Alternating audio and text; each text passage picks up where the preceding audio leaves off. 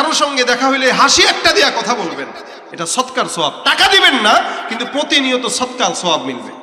কোন মুমিন ভাইয়ের সঙ্গে, ইমানদার যদি কেউ হয়, শত্রুতা রাখবেন না, দিল থেকে শত্রুতা মুছে ফেলেন, দ্বীনের জন্য শত্রুতা মুছে ফেলেন, মুছে তার সঙ্গে শত্রু হোক, তাকে দেখলেও একটা হাসি দেন, ইনশাআল্লাহ এই হাসি আপনাকে জান্নাত পর্যন্ত নিবে ইনশাআল্লাহ। আম্মা জান আয়েশার কাছে সাহাবা আজমাইন আসছেন, প্রশ্ন করছেন, আম্মা জান আয়েশা কাইফা কানা খুলুকুন নবী, রাসূলের চরিত্রটা কি একটু বলেন, নবীর চরিত্রটা কেমন একটু বলেন। আম্মা জান আয়েশা রাদিয়াল্লাহু তাআলা আনহা বলছেন আফাতাকরাউনাল কুরআন। আম্মা জান আয়েশা পাল্টা প্রশ্ন করে জবাব দিয়া ডাক দিয়া বলেন, এ সাহাবা আজমাইনের দল, তোমরা কি কোরআন তেলাওয়াত করো না? সাহাবা আজমাইন ডাক দিয়া বলেন, নাম আমরা তেলাওয়াত করি। হ্যাঁ। আম্মা জান আয়েশা ডাক দিয়া বলেন, কানা খুলুকুহুল কুরআন, যদি কোরআন তেলাওয়াত করে থাকো, মনে রাখবা যে কোরআনটা তোমরা তেলাওয়াত করো, আমার পয়গম্বরের আখলাকটাই হলো পুরা পবিত্র আল কোরআন, অর্থাৎ কোরআন যা আল্লাহর নবীর আখলাক হলো তা। আর আমাদের হালত, কোরআন যা আমাদের আখলাক তার উল্টা। কোরআন কয় ঘুষ খায় না, আমি কই ঘুষ না, এটা হাদিয়া, কথা কয় না। কোরআন কয় সুদের কাছে ওজেও না, সুদ খায় না, আমি কই সুদ না, এটা ইন্টারেস্ট, এটা মুনাফা। কোরআন কয় চুরি করো না, আমি কই এটা চোরি না, এটা আমার জনগণের আমানত, আমার কাছে নিজের পকেটে রাখছি, পরে দিয়ে দেব। আমানত পরে রাখার কথা বলে নিজে নিজে খায়, বউরেও খাওয়ায়, বাচ্চারাও খাওয়ায়, 16 বছর পর হেলিকপ্টার উঠে পলায়। ভাইরা আমার, কবে দিবে তাহলে আমানত আমাদেরকে? আমানত না রাখছে।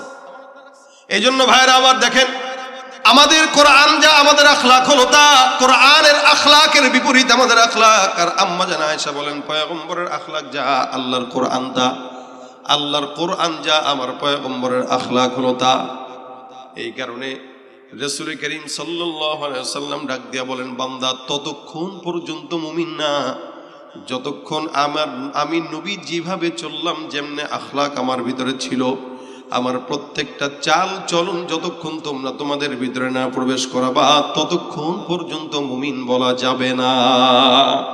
নবী করিম সাল্লাল্লাহু আলাইহি ওয়াসাল্লাম হাদিসের মধ্যে বলেন, লা ইউমিনু আহাদুকুম হাত্তা ইয়াকুনা হাওয়াহু তাবআন লিমা জিতু বিহি। এমন আল্লাহর পয়গম্বর ডাক দিয়ে বলেন, উম্মত, জমিনের মধ্যে ততক্ষণ পর্যন্ত মুমিন না যতক্ষণ আমি যেমনে চললাম তেমনে চলবা না, আমি যেমনে হাঁটলাম তেমনে হাঁটবা না, আমি যেমনে কথা বললাম তেমনে কথা বলবা না, আমি যেমনে মুআমালা মুআশারা করলাম তেমনে তুমি মুআমালা মুআশারা করবা না। অর্থাৎ আমার সমস্ত আখলাক যতক্ষণ পর্যন্ত তোমার দিলে না ঢোকাতে পারবা, ততক্ষণ বান্দা তুমি মুমিন হতে পারো না। এ মুসলমান, নবীর উম্মত, আল্লাহ পাক পয়গম্বরকে কত নিয়ামত দান করলেন, যার কারণে বলেন ইন্নাকা লাআলা খুলুকিন আযীম। এই আয়াতের আগের আয়াতগুলো যদি আমরা দেখি, এই জমিনের মধ্যে আল্লাহ পাক পয়গম্বরকে দুনিয়াতে প্রেরণ করেছেন এমন একটা সময়, যে সময় মানুষগুলো মানুষ ছিল না, সব জানোয়ারের মতো ছিল, হায়ওয়ানের মতো ছিল, যার কারণে ওই জামানাকে বলা হতো আইয়ামে জাহিলিয়াত, মূর্খতার সমাজ। আমার পয়গম্বরকে আমার আল্লাহ পাক দুনিয়াতে প্রেরণ করেছেন। আমার নবী পয়গম্বর দুনিয়াতে আসছে, 40 বছর পর্যন্ত পয়গম্বর কাউকে দাওয়াত দেয় নাই। 40 বছরের পর দাওয়াত দিলেন, যখন নাকি আখলাকের দাওয়াত দিলেন, সুন্নাহর দাওয়াত দিলেন, কোরআনের দাওয়াত দিলেন, এক আল্লাহকে দাওয়াত দিলেন, সমস্ত কাফের বেঈমানরা আমার পয়গম্বরকে পাগল বলা শুরু করলো। অথচ 40 বছর পর্যন্ত রাসূলকে একটা নামে রাখতো, সেই নামটা কি জানেন নাকি? এই জন্য আমিন বিশ্বস্ততার প্রতীক পয়গম্বর মুহাম্মদুর রাসূলুল্লাহ সাল্লাল্লাহু আলাইহি ওয়াসাল্লাম 40 বছর পর দাওয়াত দেওয়া শুরু করার পর কাফেররা এখন ডাক দিয়া বিশ্বস্ততা বলে না, এখন বলে মজনুন। আমার আল্লাহ পাক রব্বুল আলামিনের খারাপ লাগলো, কারণ নবীটা তো আল্লাহর মেহমানটা তো আল্লাহর কদরত করবেন সেই, যার কারণে আমার পয়গম্বরকে আল্লাহ পাক রব্বুল আলামিন সান্ত্বনা দেওয়ার জন্য জানায় দিলেন। সমস্ত কাফের বেঈমানরা আমার নবীকে কাফ যখন পাগল বলে গালি দেয়, আমার আল্লাহ পাক রব্বুল আলামিন আয়াত নাযিল করলেন না, সূরা নাযিল করে দিলেন। সমস্ত কাফের বেঈমানদেরকে জানা যায়, নুন ওয়াল কলামি ওয়া মা ইয়াসতুরুন মা আনতা বিনি'মাতি রাব্বিকা বিমাজনুন। আল্লাহ পাক রব্বুল আলামিন বলেন, সারা দুনিয়ার কসম খেয়ে আল্লাহ পাক রব্বুল আলামিন বলেন, আসমানের কসম, জমিনের কসম, ওয়াল কলামি ওয়া মা ইয়াসতুরুন, কলমের কসম, কলম যা যা লিখলো তার কসম। কলমটা কোনটা? আমার পয়গম্বর বলেন, ইন্না আউওয়ালা মা খালাকাল্লাহুল কলম সুম্মা ক্বালা লাহু উকতুব ফাজারা ফি তিলকাস সাআতি কাইনুন ইলা ইয়াউমিল কিয়ামাহ। গোটা দুনিয়াটা আল্লাহ পাক রব্বুল আলামিন বানানোর 50,000 বছর আগে একটা কলম বানাইলেন। কলমটাকে ডাক দিয়া বললেন, কলম তুমি লেখো। আল্লাহ পাকের আদেশে কলম লেখা শুরু করে দিলেন। আসমানের কথাও কলম লিখলো, জমিনের কথাও কলম লিখলো, পাহাড়ের কথা কলম লিখলো, গোটা দুনিয়ার কথা কলম লিখলো। আজকের মাহফিলের কথাও কলম লিখেছে। কারা কারা বসবেন, কে আসবে, কে আলোচনা করবে, সমস্ত নিজামুল আওকাত আল্লাহ পাক কলম দিয়ে সুন্দর করে লিপিবদ্ধ করে কলমকে সিল মোহর লাগায় দেয়। কিয়ামত পর্যন্ত কলম আর লিখবেও না, কাটবেও না। আমার আল্লাহ ডাক দিয়া বলেন, আল কলম, কলমের কসম, ওয়া মা ইয়াসতুরুন, কলম যা যা লিখলো তার কসম। অর্থাৎ আসমানের কথা লিখলো, আসমানের কসম, জমিনের কথা লিখলো, জমিনের কসম, পাহাড়ের কথা লিখলো, পাহাড়ের কসম, ইনসানের কথা লিখলো, ইনসানের কসম, জিন্নাতের কথা লিখলো, জিন্নাতের কসম। অথচ আল্লাহ পাক এক একটা আয়াতে এক একটা জিনিসের কসম খাইলেন। কখনো বলেন ওয়াশ-শামসি ওয়া দুহাহা ওয়াল কমারি ইযা তালাহা ওয়ান নাহারি ইযা জাল্লাহা ওয়াল লাইলি ইযা ইয়াগশাহা ওয়াস সামাই ওয়া মা বানাহা ওয়াল আরদি ওয়া মা তুহাহা ওয়া নাফসিন ওয়া মা সাওয়াহা। এক এক সময় এক একটা জিনিসের কসম খায়। কখনো বলেন ওয়াল আদিয়াতি দবহা ফাল মুরিয়াতি কদহা। কখনো বলেন ইদা আল্লাহ পাক কখনো ডাক দিয়া বলেন ওয়াল আদিয়াতি দবহা, কখনো বলেন ওয়াদ-দুহা ওয়াল লাইলি ইযা সাজা। আল্লাহ পাক এক একটা জিনিসের এক একটা কসম আল্লাহ পাক সময়ে সময়ে খাইলেন। এই জায়গাটায় এসে একসঙ্গে গোটা বিশ্বের কসম খান কেন? বলে আমার পয়গম্বরকে গোটা দুনিয়ার কাফের বেঈমানরা পাগল বলে। তাদের জবাব দেওয়ার জন্য আমি গোটা দুনিয়ার কসম খেয়ে বললাম, আমার নবীকে যারা পাগল বলে তারা পাগল, তাদের বাপদাদা 14 গোষ্ঠী পাগল, আমার নবী কোনোদিন পাগল না। আল্লাহ পাক ডাক দিয়া বলেন, মা আনতা বিনিআমাতি রাব্বিকা বিমাজনুন। এ পয়গম্বর, আপনি আপনার রবের দয়ায় পাগল না। আপনাকে যারা বলে তারা কি? কথা কোন? যারা পাগল বলে তারা কি? গোটা দুনিয়া দেখবে। আল্লাহ বলেন, ফাসাতুবসিরু ওয়া ইউবসিরুন বিআইয়িকুমুল মাফতুন। হে নবী, জমিনের মধ্যে যারা আপনাকে পাগল বলে গোটা বিশ্ববাসী দেখবে, গোটা দুনিয়া দেখবে। অতীতে যারা পাগল বলেছে এই গোটা দুনিয়া সাক্ষী। এদের পাগল, এদের বাপদাদরা পাগল, এদের 14 গোষ্ঠী পাগল। এই দুনিয়ার মধ্যে বলেন তো, আবু জাহেল পাগল বললো, উতবা পাগল বললো, সাইবা পাগল বললো, একটারও কোনো নাম নিশানা আছে নাকি? আবু জাহেলের নামে কেউ আছে এখানে? দাদার নাম আছে কারো? নাই। তার নামটা আবু জাহেল ছিল না, আবুল হেকাম ছিল। ওখান থেকে আবু জাহেল হয়ে গেছে। এই মুসলমান এই এত বছর পর্যন্ত 1450 বছর, এই 1450 বছরে একটা মানুষও পাবেন না যার নাম আবু জাহেল, অথবা যার দাদার নাম আবু জাহেল, বাবার নাম আবু জাহেল। কিন্তু এত বছরেও চতুর্দিকে মুসলমানের দিকে তাকায় দেখেন, সবার নামের শুরুতে মোহাম্মদ আছে না নাই? নবী করিম শুধু বলেন নাই, নবী বলেন, তোমাদের কারো ঘরে যদি মোহাম্মদ থাকে, মোহাম্মদ 1 জন 2 জন 3 জন যদি থাকে, এই নামে কোন সন্তান ঘরের মধ্যে থাকবে তো এই ঘরে বরকত। সুবহানাল্লাহ। না, মোহাম্মদ নামে যদি ঘরের মধ্যে কোনো সন্তান থাকে ওই ঘরে কি হবে? মোহাম্মদ নামের বরকত। এ মুসলমান, প্রত্যেকটা মুসলমানের নামের শুরুতে মোহাম্মদ আছে। মোহাম্মদ অমুক, মোহাম্মদ তমুক। আমার নামের শুরুতে মোহাম্মদ না থাকলেও নামের শেষে আহমদ আছে। আল্লাহ পাক বলেন, মিন বা'দি ইসমুহু আহমদ। আল্লাহর নবীর নাম মোহাম্মদ, আহমদ। মুসলমান হলে 2টা নামের একটা নাম সঙ্গে থাকে না? থাকে না? এ ভাইরা আমার, আর আবু জাহেলের দিকে তাকায় দেখেন, নাম নিশানা তো নাই, বাসা বাড়িও নাই। যেখানে বাসা ছিল ওই জায়গাটা এখন হাজী সাহেবদের টয়লেট হয়ে গেছে। হাজী সাহেবরা যায় যে আগে খুঁজে কোন জায়গায় আবু জাহেলের বাসা একটু নিকৈশা করা যায়। আমি 2 বছর আগে একবার তাওয়াফ করে বের হইতেছিলাম, এক মুরব্বী আমার দেখে কয়, বাজান আবু জাহেলের বাসা কোনটা? আমি কই, কাকা আবু জাহেলের বাসা খুঁজেন, চাপ লাগছে নাকি? কয়, বাবারে বহুত কষ্ট করে চাপায় রাখছি, ওর বাসায় ছাড়বো আজকে নিয়ত এটা। আমি তাহলে দৌড়াম তাড়াতাড়ি। দেখেন আল্লাহ কয়, তুই আমার হাবিবের নাম মিটাই দিবি, তোর নাম তো মিটবেই, তোর বাসা পর্যন্ত মুসলমানের টয়লেটে বানায় দেব। এটা আমার পয়গম্বরের সম্মান, এটা আমার পয়গম্বরের শত্রুদের অবস্থা। গোটা দুনিয়ার মানুষ যারা আছে, নামের আগে মোহাম্মদ, নামের পরে আহমদ, এটা আমার পয়গম্বরের মর্যাদা টিকায় রাখতে যে আল্লাহ গুনার দুনিয়ার মানুষদেরকে জানায় দিয়েছেন, দেখ শুনে রাখ, যারা আমার নবীকে কষ্ট দিছে এদের নাম নিশা নাই, এদের নাম ঠিকানাও নাই, এদের বাড়িও নাই, এদের বংশও নাই। আমি আল্লাহ পাক সবগুলোর ধ্বংস করে দিলাম, যার কারণে আমেরিকার প্রেসিডেন্টটাও নিজের নামটা আবু জাহেল রাখে না, অন্য কিছু রাখছে। কি বলেন? এই মুসলমান যত বড় কাফের ইহুদি নাসারাও, কোন ইহুদি নাসারার মারাও এই নামটা রাখে না, কারণ জানে এটা খারাপ নাম। আর মুসলমানের নাম জানা না থাকলে আরব দেশে যায় দেখবেন যে কোনো মুসলমান ভাইদেরকে ডাক দেয় কি বলে, ইয়া মোহাম্মদ, ইয়া মোহাম্মদ। কেন? আর কিছু না হোক, মোহাম্মদ তো আছে। সুবহানাল্লাহ কয় না রে? এটা আমার পয়গম্বরের সম্মান মর্যাদার দিক থেকে আমার নবী কত উপরে, যার কারণে আল্লাহ বলেন ওয়া ইন্না লাকা লাআজরান গায়রা মামনুন, নিরবিচ্ছিন্ন নিয়ামত আমি পয়গম্বর তোমার ভিতরে দিলাম, যার কারণে আমার নবী ডাক দিয়ে বলেন সমস্ত নবীদের পরে নবী আমি দুনিয়াতে আসলাম, কিন্তু আল্লাহ পাক আমাকে তখন থেকে নবী বানান যখন আদম পয়গম্বর নবীও হয় নাই। আদম যখন নবী নাই, আমাকে আল্লাহ পাক নবী বলে সম্বোধন করেছেন। আদম এখনো নাই, এখনো আমি নবী। দুনিয়াতে অন্যান্য নবীরা যতদিন দুনিয়াতে ছিল ততদিন নবীর উম্মতরা ছিল, কিতাব ছিল। আর আমার পয়গম্বর দুনিয়াতে থাকার আগেও উম্মত ছিল, দুনিয়া থেকে যাওয়ার পরেও উম্মত আছে না নাই? নবী না থাকলেও কোরআন আছে, নবী না থাকলেও উম্মত আছে, কিয়ামত পর্যন্ত থাকবে কি থাকবে না? এ ভাইরা আমার, এটাই হলো আমার পয়গম্বর। আল্লাহ বলেন নিয়ামত আমি আল্লাহ পাক রব্বুল আলামিন দিলাম। সুতরাং এই নিয়ামতকে কেউ যদি না চিনে সে মুসলমান না ভণ্ড। জোরে কোন মুসলমান না ভণ্ড? মনে রাখতে হবে, বিশ্বের মুনাফিক কাফের নাস্তিক মুরতাদদের মনে রাখা উচিত, এই বিশ্বের বুকে, গোটা দুনিয়ার বুকে ইহুদি নাসারা যদি মনে করে মুসলমানরা দুর্বল, এটা ভুল ধারণা।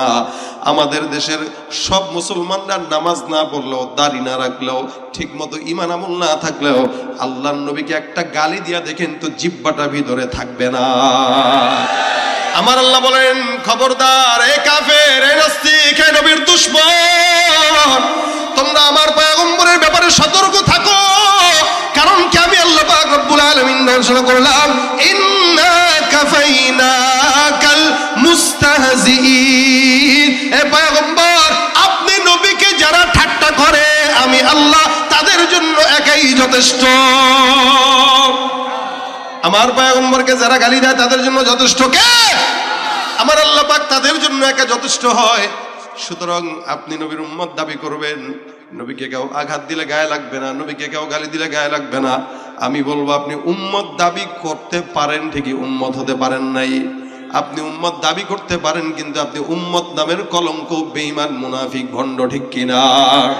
তুমি নবীর উম্মত দাবি করো, সুন্নাহ মানো না, নবীর অপমানে তোমার হৃদয় কাঁদে না।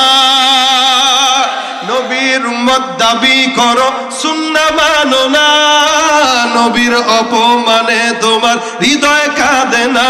তুমি বিজাতীয় সংস্কৃতিতে সপেছো পরাণ, তুমি বিজাতীয় সংস্কৃতিতে সপেছো পরাণ, তুমি কেমন মুসলমান? তাকায় দেখেন যুবকদের চুলের ভিতরে স্টাইল দিছে মেসির স্টাইল। হ্যাঁ, এদিক দিয়ে কাটা, এদিক দিয়ে চোখা আছে না, উপর দিয়ে কি এরকম খারাস স্মৃতিসৌধ। স্মৃতিসৌধ যেরকম এমনি যে এমনি চোখা উঠছে, আমাদের যুবকদের চুল এরকম যে এরকম চোখা উঠে। কার মতো রাখছস? জানি না, ওই যে দেখছে সেলুনে যায় কোনো ইহুদি নাসারার চুল ওইটার মতো রেখে দিছে। যদি জিজ্ঞাসা করি কার সাথে জান্নাতে যেতে চাও, কয় নবীর সঙ্গে। এত সোজানা পিঠে টেঙ্গি ভাঙবে। তুমি মুসলমান দাবি করবা, ইহুদির মতো রাখবা। এক সাহাবী পয়গম্বরের কাছে এসে ডাক দিয়া কয় হুজুর জান্নাতে যাব কিনা জানি না, কারণ আমল নাই। আবু বকরের মতো আমল করতে পারি নাই, ওমরের মতো আমল করতে পারি নাই। ইয়া রাসূলুল্লাহ, কিন্তু আমার দিলের ভিতরে আপনার আপনার মহব্বত আছে, আল্লাহর মহব্বত আছে। রাসূল আমি জানি না আমি জান্নাতে যাব কিনা। আল্লাহর নবী ডাক দিয়া বলেন ইন্নাকা মা'মান আহবাবতা, তোমার সঙ্গে যার মহব্বত থাকবে, তোমার মহব্বত যার সঙ্গে থাকবে, আমার আল্লাহ পাক রব্বুল আলামিন তোমাকে তার সঙ্গেই জান্নাত দিবে। যদি মুহাম্মদের মহব্বত তোমার অন্তরে থাকে, অবশ্যই মুহাম্মদুর রাসূলুল্লাহর সঙ্গে জান্নাতে যাবা। আর সেটার জন্য তো শরীরে আলামত প্রকাশ পাওয়া লাগবে। আপনি উম্মত দাবি করেন, চুল রাখছেন ইহুদি নাসারার মতো, প্যান্ট পরে 14 জায়গায় ছিঁড়া আর জোড়াতালি আসেনি এলাকায়। এখানে হাঁটুর ভিতরে ছিঁড়া, রানের ভিতরে ছিঁড়া, পিছনেও ছিঁড়া, দেখলে মনে হয় হুন্ডা অ্যাক্সিডেন্ট করে পায়জামা ছিঁড়ে গেছে। গ্রামগঞ্জে ওই পায়জামা পরে যখন যায়, চাচি কয় কিরে বাবা ছিঁড়ছস কোন জায়গায়, অ্যাক্সিডেন্ট করছস কোথায়? কয় কিসের অ্যাক্সিডেন্ট? এই রানের ভিতরে ছিঁড়ে আছে, হাঁটুতে ছিঁড়ে আছে। কয় চাচি বুঝবেন না, এটা অ্যাক্সিডেন্ট নয়, এটা হলো আধুনিকতা। এটা কিনছে কোন জায়গা থেকে? কয় বসুন্ধরা সিঁড়ি থেকে। কয় টাকা দিয়ে? কয় 4000 টাকা দিয়ে। আল্লাহ কয় তুই টাকা কামাইতে পারবি, লেকিন কাপড় করতে পারবি না, ন্যাংটা থাকবি। মনে রাখবেন, টাকা থাকলেই খাওয়া যায় না, পরা যায় না। টাকা থাকার কারণে এক সময় মানুষ না থাকার কারণে সিরা প্যান্ট পরতো, এখন বেশি টাকার গরমে সিরা প্যান্ট পরে, ঠিক কিনা ভাইরা আমার? এটা আখলাকে নববী না, এটা নবীর উম্মত দাবি করে অন্যদের আখলাক মানা মানে এটা ভণ্ডামি ছাড়া কিচ্ছু না, ঠিক কিনা? এ ভাইরা আমার, আখলাকে নববী কি? রাসূলের চরিত্র আখলাক হলো 3 প্রকার। 1 নম্বর খুলুকে হাসান, 2 নম্বর খুলুকে করিম, 3 নম্বর খুলুকে আজিম। এই ফলাবান, এই তোমাদের চুল এরকম, তোমরা আবার উঠতেছো, হ্যাঁ? বুঝছে না? দেখছেন নি চুলের ডিজাইন কিসে গেল? পোলাপান মানুষ বুঝে তো না, আসলে বুঝেনি এরা। এদের যে কেন রাখছো সে নিজেই জানে না। একটু ভাই বলেন তো, যারা এভাবে চুল রাখে, আয়নার সামনে দাঁড়া করা যদি জিজ্ঞাসা করেন তোরে কেমন লাগে ভাই, সত্যি করে বলেন। ভদ্র মানুষ এলে বলবে তোরে টাউট বাটপারের মতো লাগে। এটা ভদ্র মানুষের জবাব। আর তার মতো যদি মিলে বলে হ্যাঁ সেই লাগে বেটা, সেই কালার কর, টিয়ার কালার দিস, ঘোড়ার চুলের কালার দিস। কিন্তু ভদ্র মানুষ দেখলে কি বলবে? বাটপার, এটা টাউট, এটা হইলো হিরঞ্চি, মানে যত খারাপ শব্দ আছে এগুলোই ব্যবহার করবে। ভদ্র ছেলেরা কোনোদিন এভাবে চুল রাখে? আমাদের যুবকরা না বুঝে রাখতেছে, এই জন্য বলতেছি খবরদার, রাসূলের সাথে জান্নাতে যেতে চাও তো চুলের ডিজাইন রাসূলের মতো রাখো, পোশাক নবীর মতো রাখো। বলতে পারবা যে আল্লাহ আমার কাছে আমল না থাকলেও তোমার হাবিবের লেবাস আছে, এই উসিলা জান্নাত দিয়ে দেবে ইনশাআল্লাহ। আরে ভাই মাঝে মাঝে তো মিল দিতে হয়। চোরেও দেখবেন মসজিদে জুতা চুরি করতে গেলে মুসল্লির বেশে চুরি করতে যায়, চোরেও বুঝে যেখানে চোরের সুরতে যাওয়া যাবে। কথা মনে আপনারা বুঝেন না, চোরেও বুঝে এটা। তা আপনি কেন এই বেশ ধরেন বলেন? আপনি বুঝেন না এটা যে কিয়ামতের ময়দানে আল্লাহ পাক অনেক বান্দাকে সুরাত দেখে দেখে জান্নাত দিয়ে দিবেন। দেখো কার মতো দেখায়। যদি দেখে দাড়ি টাড়ি নাই, বলবেন এটা ট্রাম্পের মতো লাগতেছে। ট্রাম্পের চিনেন না? চেনার দরকার নাই, আপনারা গরিব মানুষ। আর যদি দেখে দাঁড়িয়ে আছে, সুন্নতি লেবাস আছে, কার মতো? আল্লাহ রাসূলের মতো দেখা যায়। নবী করিম সাল্লাল্লাহু আলাইহি ওয়াসাল্লামের মতো যার চেহারার মিল হয়ে যাবে, ও আমল যেমন দুর্বল হোক আর না হোক, এটা রাসূলের সাথে জান্নাত দিয়ে দাও বাস। तेरे महबूब की यारब शबाहत लेके आया हो, तेरे महबूब की यारब शबाहत लेके आया हो, हकीकत उसको तू कर दे, मैं तो सूरत लेके आया हो, न अज़मत लेके आया हो, न शौकत लेके आया हो, मोहब्बत लेके आया हो, मोहब्बत लेके आया हो।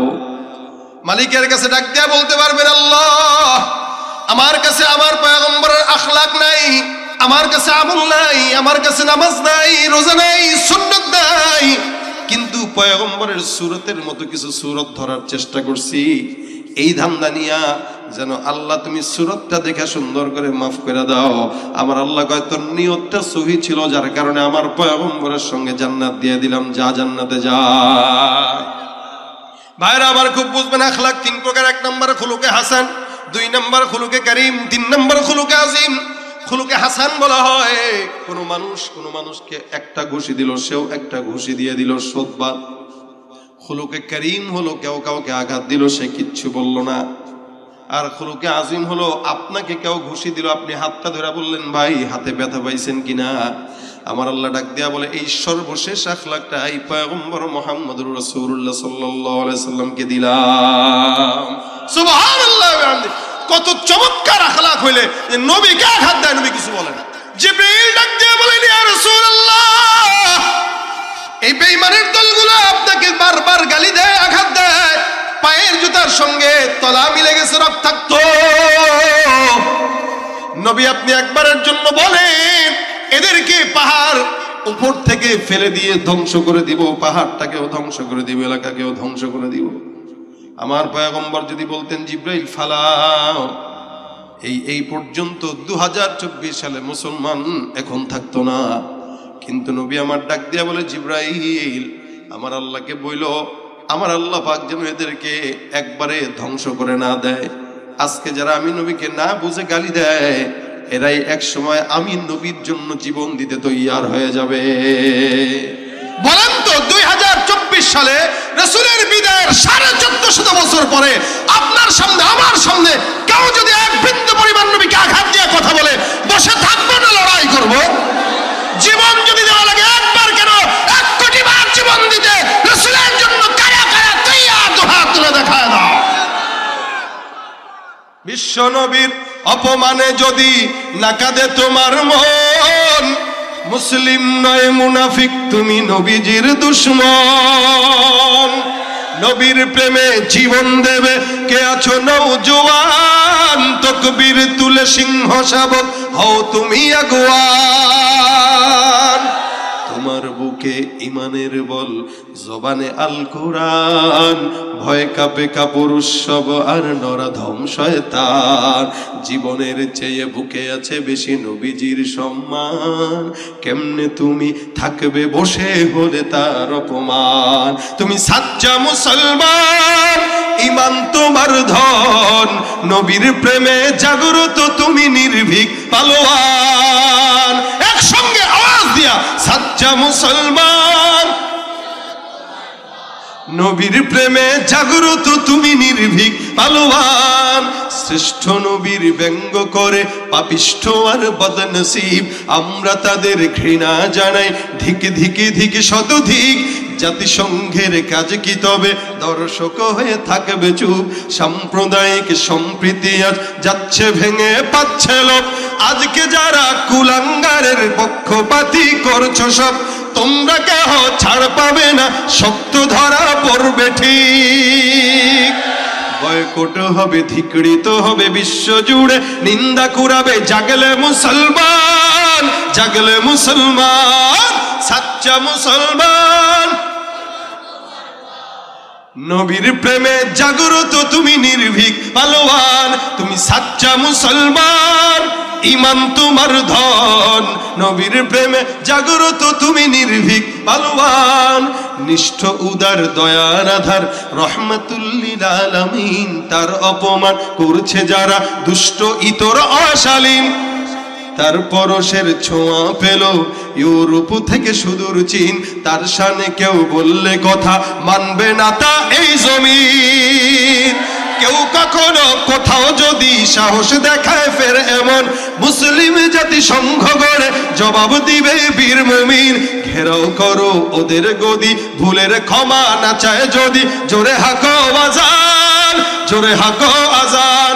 তুমি সাচ্চা মুসলমান, ইমান তোমার, নবীর প্রেমে জাগ্রত তুমি নির্ভীক পালোয়ান।